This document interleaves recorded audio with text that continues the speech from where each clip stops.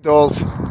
So it's Monday the 9th of September and it's really cold today in Scotland, really cold. You can see the tail end of summer going here. I was going to say, had a good weekend, as everybody knows. I've done the videos and all that, but I'm just going to jump off topic a wee bit on my normal stuff. Something that concerns me a lot is obviously this Russia-Ukraine thing. The amount of money we're pumping into it, and I'm going to be honest with you, it breaks my heart to see people dying. You know, it really does, because I've been watching it very closely, and obviously I'm seeing the narrative from our news media trying to tell us that Ukraine are doing all right, and then I'm seeing that they're getting slaughtered, in a terrible way. For instance, I just watched a video there on YouTube. I'll put the link up, it's a really good channel, so it is for you if you want to see the truth of what's going over there and compared to the lies that our government tell us. Because the reason why they lie to us is because they want us to be alright about them sending all these billions of our money to Ukraine. So to be able to do that confidently, they lie to us and they tell us Ukraine's doing all right. When I know for a fact Ukraine hasn't done all right at all, not even close, not even once, anywhere. All I'm seeing is men getting unalived, one after the other, and you're talking thousands upon thousands of young men, you know, young European men, gone, gone. And it's really sad. But the video I seen today was it was like an armored platoon sort of thing coming across, and they drove right into a minefield, like tank bomb gone, another tank bomb gone, a troop carrier. It's horrible, absolutely horrible. Just one after the other, and that's all I'm seeing. Is one after the other. Every time they bring something, any vehicle out into anywhere, and they're just taking them out, and all they're doing is they're using drones. All right, there may be high-tech drones, and maybe not like the ones we buy, but they're not far away from it. Drones that don't cost very much at all, and they're strapping rockets on the bottom of these drones, and they're just flying these things over the battlefield and straight into the armoured personnel and the tanks. And honestly, within the last 3 months, I have witnessed at least 40 tanks getting blown to smithereens, and over 100 odd different types of armoured vehicles just in the last 3 or 4 months, and it's just one-sided, you know what I mean? The Russians are so superior. There's no two ways about it. Everything's bang on target, and I don't even know how they're doing it. And they're coming from all directions. They're using all sorts of things, the most horrific of equipments. The worst are the cluster bombs. Absolutely horrific. The channel's called Military Tube on YouTube, and it shows you all like these cluster bombs. They're like the size of a tennis ball, maybe a wee bit bigger. And the explosive is inside the ball, but outside of the ball there's maybe 100 little ball bearings. So when it goes off, it's like 100 bullets getting fired out of the way, and there's maybe, I don't know, 200-300 of these things, maybe more, coming out of one of these bombs. So they can carpet bomb a really wide area. So like this forest I'm in right now,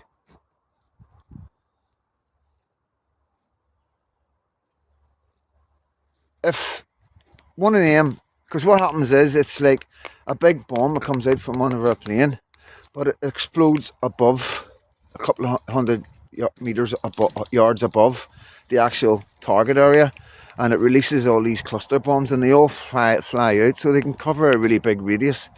And like each cluster bomb is got 100 little ball bearings going all. It's horrific.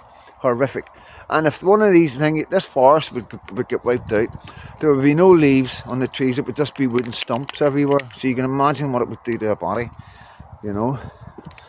But you know, I'm not here to judge and all that. I can't really, I'm not going out to start hating on people of certain ways. At the end of the day, there's reasons behind everything that's happening and all that. And I'm not going to take sides on this one. So I'm not. Put my personal opinion in this. I'm going to just leave that out of it, just for the sake of peace right now. But, the thing is that Zelensky, the Ukrainian leader, he wanted to sign the peace deal at the very start. It would have saved so much bloodshed. And it was our government and the American government, Biden's government, that said no, So we stopped another country coming to peace with the country that was the aggressor. And we're now complicit in the unliving of hundreds of thousands of young men. Young men, honestly, young men with mothers and wives and sisters and brothers and cousins and nieces and uncles and aunties and grannies and granddads. So, it's heartbreaking. It really is in this day and age, And, if you went down that rabbit hole, and you start asking questions about what is the crack with Ukraine? Why is there so many nuclear power plants in Ukraine? That's the question you ask. Why are the Bidens so involved in Ukraine? Why is all these billions that's getting sent up seem to be going into the pockets of all these generals? Because we're seeing proof now. They're buying yachts and they're like multi-million-pound yachts, and they're buying houses and like multi-million-pound houses. Blatantly, it's there to be seen. You know what I mean? A big percentage of the money that we're sending over isn't even going into the war machine. It's definitely lying in the pockets of no other way of describing them but gangsters, And while we are going through this in this country, like having to deal with what our government, the Labour government, are doing to this country right now, they're doing to our youth with the lack of mental health care. They're doing to our elderly with the lack of elderly care. I'm not going to go on and on, but the list is endless of the crimes and the atrocities that our own government is bestowing on our most vulnerable in this country. And like the most vulnerable is also these girls that went through horrific times down in England, in Rochester and Rotherham, and you know all the towns and cities. They were the most vulnerable. You got to remember this. All them children, thousands and thousands of children that were just terrible things happened to them. Stuff that I can't tell you on here. Horrific, absolutely horrific. Unhumanized things that I've never heard of in all my life, and all the jails I've been in and all the bad people I've been around, the things that's happened to these girls, I've never heard anything like that happen before. That's how bad it is. And these children were the most vulnerable, or God knows what state their mental health's in now, what addictions they're involved in. Because let's be honest, if they didn't get the help then, and these men were allowed to do this to them, and nobody was there to help them. Like, we know that two dads went to go and get their children out of a house where it was full of men that weren't from this country, weren't born and bred in this country. You know what I mean? Because they were too old. You know what I mean? I'm not saying they all. I'm quite sure there was some of them were maybe born the younger ones, but these are all older men, and them two dads got arrested. You can't imagine how heartbreaking that is. I can't imagine going, like, me personally, I'd have probably handled it a wee bit differently, but these men went there to try and do the right thing, the civil thing and the legal thing, by in the line in lines of being lawful, not breaking the law, and they get arrested, for trying to get their kids out of a place where bad things were happening to them. I know quite a lot about what happened, so I do, and this is why I'm so passionate as well, because I know them girls, I would have grew up with them girls would have been in the same care homes as me, Um, and I seen how a lot of them girls turned out, and I've been through places where I was with girls and they were swallowing razor blades and drinking bleach. That was horrific, really vulnerable girls. You know what I mean? And boys, we're all like every, what I've done, things I done to myself when I was like 11 and 12 years old. So we're all vulnerable, and like I say, I was a ward of court. The government's job was to look after me, and probably I'm quite sure quite a lot of these girls were wards of court as well.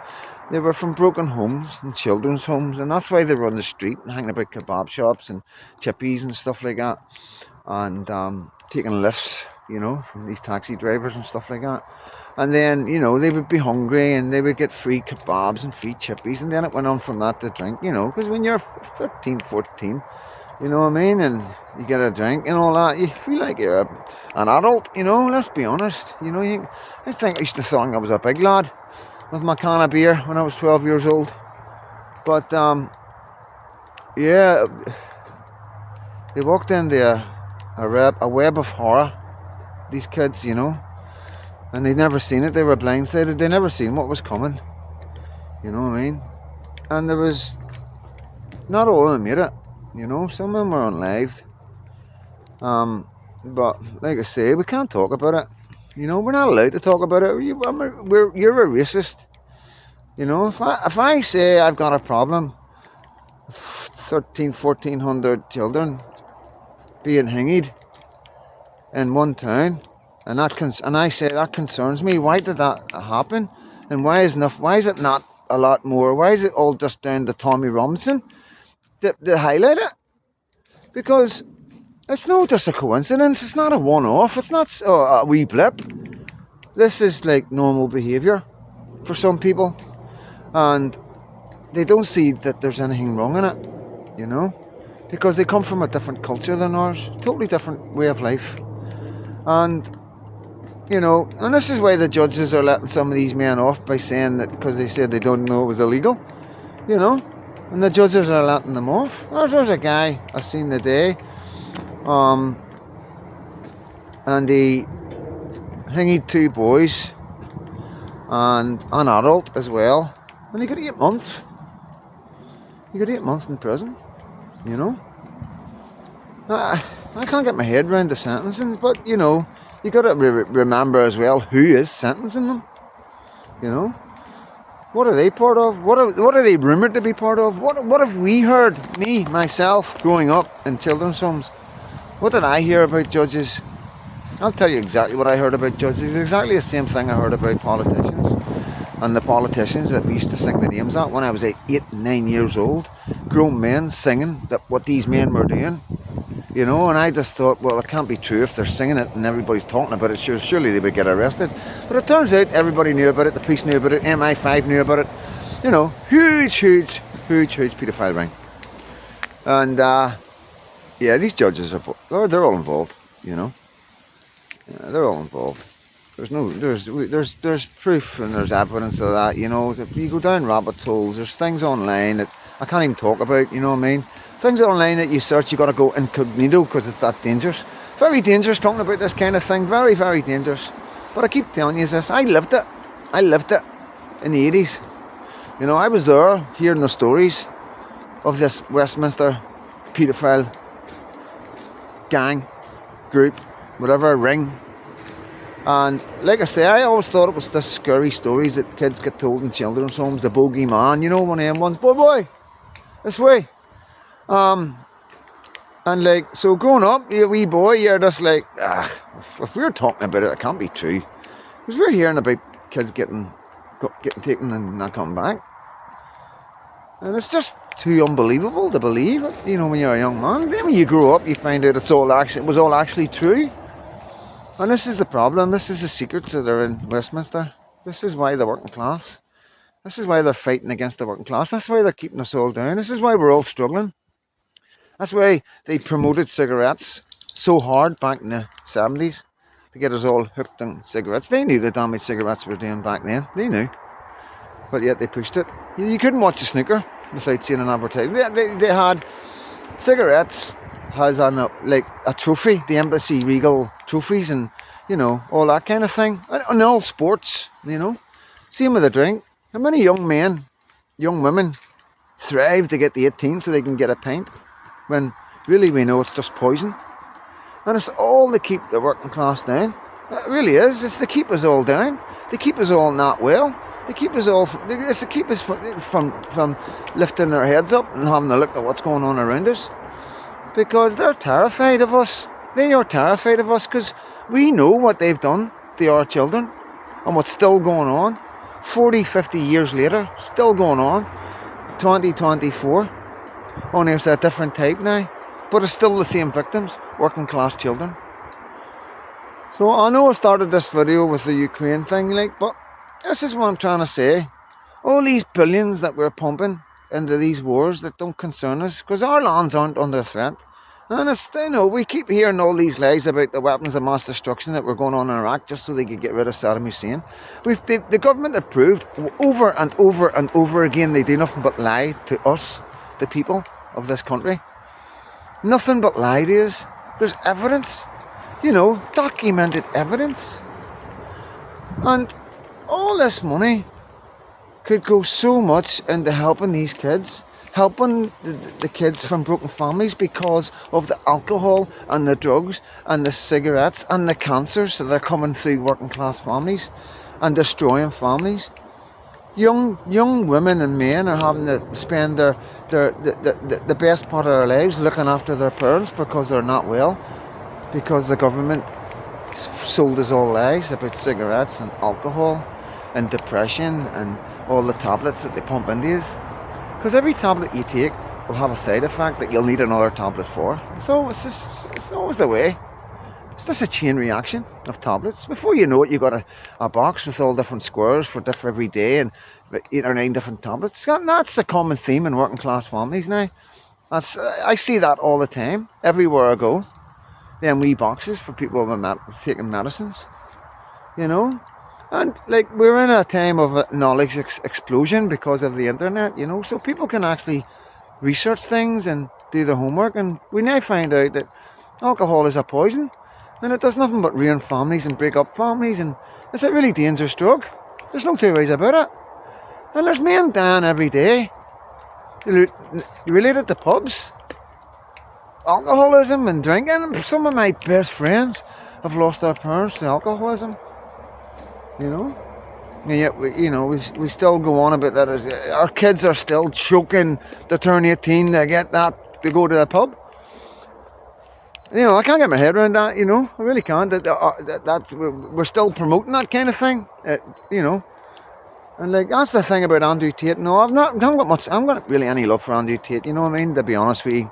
I respect that he's done a lot of work for young men and mental health, but I've also got a wee bit of disrespect for him for the way he has treated men with mental health, because of the stuff that he done online and getting guys thinking that they were talking to girls, but really they were talking to him, and he was fleecing them for thousands, and guys emptying their bank accounts. And he's the fact that he's went online and admitted that and said it proud of it, you know what I mean? And I'm thinking about the men that he's done it to, and these were probably lonely men. I could have been one of them men, you lonely men have probably lost their wives, are heartbroken, and they're just looking out for, I don't know, I never went down that road, you know what I mean? But I can understand how it happens, And all the money that we're pumping into Israel and into Ukraine, so far away from us. None of us, no offence to any of you guys, Ukrainians and Israelis, but I don't know yous. I've never been to your countries. I don't know yous haven't done anything. Our working classes are a nightmare right now, so yous definitely haven't done nothing for us. The only thing thriving in our communities is bookies and Turkish barbers. That's the only thing thriving in our communities right now. Even when I was in Glasgow, I'm struggling to get a wee coffee for a fry-up. That's nuts. Yeah, so it's sad. Everything's sad. Everything's sad and depressing. You know what I mean? Because I feel like how does nobody else see what I'm seeing? How do they? That doesn't make any sense to me. I've struggled with it in my head, you know, because I love my country. I love the United Kingdom, and I love Ireland. You know, I love the Irish. The Irish are so passionate. You know, they're like the Irish really are. You look at what they've went through over there. You know, and I know I'm on the other side, the opposite side of them, so to speak. But I've got nothing but admiration and respect for these guys. You know, even these haters. You know, they're just haters. You know, they hate everyone. You know what I mean? But if there's enough Irish people that come on and show me enough love and respect and thank me for saying some of the things I say, and I don't do it for thanks or nothing like that. I'm only giving you my own opinion as somebody who's lived this life and went through some really bad times and hard times, and like most of it was my own fault, you know. But most of it I was a man who was really, really damaged mentally, and I just got hammered. The government just kept hammering me, beating me and putting me down. And not one person ever put their hand out to lift me up and give me a hand or ask me what my problems were or give me any help or get any psychiatric or psychological help at all, you know. So when I've got personal proof of how bad this country can be to the most vulnerable kids in our society, then I've got a voice. I'm going to use it. I've got a platform. I'm going to make the most of it, and I'm going to get as much out as possible to help whoever I can and to try and help this country. And also the big reason as well is to show my daughter when I'm gone and she's still here that her dad tried his best. And even though her dad on paper sounds like a really bad man, her dad had nothing but kindness and love in his heart from the day his mum died. No doubt about it. I was never a bad man. You know, I was always a good man. And I've always had to become somebody that I'm not to survive, you know. Some of the jails I've been in have been really, really violent, and I've had to be violent. But I didn't enjoy being violent. I never took nothing of it. I've never bullied anybody. I've been violent towards really violent men, you know, because that's the kind of guy I am. I'm not into bullies. You know, I'm not into bullies. I'm not a big guy. But I've got many means and many ways of doing things. And I've just never, because I got abused, you know, and like in a children's home, and it went on for so long, and like everything I'd done, shaving my hair off, tattooing myself, and like at 11, 12 years old, covering myself in tattoos with a needle and ink. And then I was just getting caned at school because obviously school was a problem because I was having to stay awake all night, keep one eye open. So school was suffering. So I was getting into trouble for not doing homework. I was getting caned all the time, getting hit with rulers all the time. And then I just progressed to the children's home, pinning me down all the time. And then getting beat up by the police, you know what I mean? Like at really young ages. And then getting put into a training school with criminals, and I hadn't committed a crime. You know what I mean? Just because the children's home couldn't keep me there, I kept running away and staying out with mates and staying out with the bonfires, you know. And then I'm in with all older boys, and I'm not a criminal, you know what I mean? I was really small and I looked really young, you know what I mean? And like there was a lot of bullying going on, and I had to defend myself, but I was also very lucky. I had some really good friends, because not everybody's bad. A lot of guys took me under their wing because I looked so young, and they protected me. So it wasn't all bad, you know. It wasn't all bad in the early days. But it didn't take me long to get strong and bigger and learn how to fight and whatnot. And I held my own from then on in. And I've never backed down from a fight, never run away from a fight. But I've never hurt I've never hurt a good person. I promise you, hand on my heart, I've never hurt a good person. You know, I've maybe hurt a couple of good people by mistake because of their mental health issues, and I haven't recognised the mental health thing. You know, that's something that I've matured and grown into, and I understand, and it has saved me. And you know, because in these working class areas, some guys have got real serious problems, and when you mix drink and drugs with that, nightmare, absolute nightmare. I've got proof. I can bring people to the table. I can interview people, like I say, that would break your heart. I have the evidence. I've seen it. I live it. I've been living it all my life. We are living in a nightmare right now. Knife crime's going through the roof. Drug addiction's going through the roof. There's no help. There's no mental health. As soon as if you're on drug programs and that, it's like you don't get a break. You don't get an inch. You relapse or anything, they're right on you, and you're constantly getting punished. People with mental health problems are constantly getting punished. Yeah, they're getting put in the prison. There's about 30 to 40% of people in all prisons that should be getting mental health care. You know, these are the most vulnerable people in our society. They're being led astray by people that are more clever, because that's what happened to me. Older boys used me when I was younger, and I was just glad to have people around me. Boy! He's half blind. I need to keep an eye on him. Boy! Come on, son. So, here, this way. Boy, come on. Come on, my boy. Come on, my boy. You're an old boy, aren't you? Yeah. So that's my rant over. I could go on and on, but it's just to tell you what I'm about as well. You know what I mean, and the frustrations. And I'm not going to stop. And I will bring evidence. I will. I'll bring evidence. You know, people want to talk. People want to tell their stories. People want to say what's happened to them. People's had enough. People are watching the TV and seeing what's happening with illegal immigration, and then they're looking around them and going, why are we living like this? Why are we living like this? And they're getting all that. Everything's upside down and inside out. Nothing makes any sense. Like I say, all the shops are getting boarded up in Townsend City. There's no money. All the money's leaving. If you think it was bad, where do you see how bad it's going to get? Because all the money's leaving. People aren't staying here to get taxed. Labour's going to tax the rich. We know that, and they're already leaving. You think about it. You know, think about it. If you're making millions and millions of pounds, right, and the government are going to take a big chunk of it, but if you go to another country and you're only going to get a wee 5% taken off, it's a no-brainer. Especially if you're an interneter or anything to do with that. You don't need to stay in this country to make your money.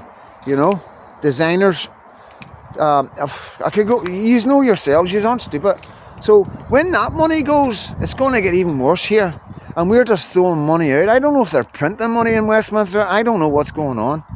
But it's getting really, really bad. It's getting really, really serious. You know, people are talking about independence and splitting up from England. And people are talking about Ireland becoming one bit and all that. I know it's all crazy, but it is starting to be talking about. Union Jacks and tricolours are coming together. Protestants and Catholics, Celtic and Rangers, we're at that march together. Right? I know that. I've had people talk to me and say I was there, I was speaking to you, you know, because I don't know everybody's names online, you know what I mean? And not everybody uses a photograph or puts themselves online, so it's difficult to know who everybody is. But I've now had a lot of messages saying, yeah, I was there, I seen the Green Brigade and all that, and it's a small minority, they don't represent us all, blah, blah, blah, from both sides, you know. So things are changing hugely. I've never seen changes like this before in my whole life in Britain, I promise you guys. Things are, there's a size, I don't know the word, but there's an earthquake of movement, you know. It's right off the scale. I've never seen nothing like this, guys. Honestly, if you are from America or anywhere else, pay close attention to this country right now, because I've never seen anything like this before in my life, and I am scared because I know that the people are getting stronger, they're getting louder. You know what I mean? I know that our protests will get bigger and bigger, and that's what scares me. That's whenever we're going to come under serious attack from the left and the government, because the government and the left are all one. They're all one. They're all one. The far left are the government. The far left are the government. It's as simple as that. You know, our country is now in control of far left, and we know who they're just puppets. You know what I mean? We know exactly who's pulling the strings on them, and that's the scariest thing of them all. You know. And Mr. Vance in America, I don't think you were far wrong with your wee joke about Britain being in nuclear and all the rest of it, and who might just get in charge of them nuclear weapons. People are talking about that on the street now. People can see that. You just look at London and you think to yourself, right, so that's what London looks like now. What's London going to look like in 20 years' time? Never mind England. Can you imagine? Just do the sums, guys. Do a wee bit of research. Just go do this, the 2011 census. Do that one. I mean, that's what, 12 years ago? 13 years ago? 2011 census. Have we look at the population, the demographic, and then have we look at the birth rates and who's having the most wins, and then just do a wee quick calculation. You know what I mean? No hard. It's no hard, guys. Okay, that's it for the day. Maybe throw one up later on if anything pops up that I see. But thanks for getting to the end of this video. All my love to you, and God bless you all.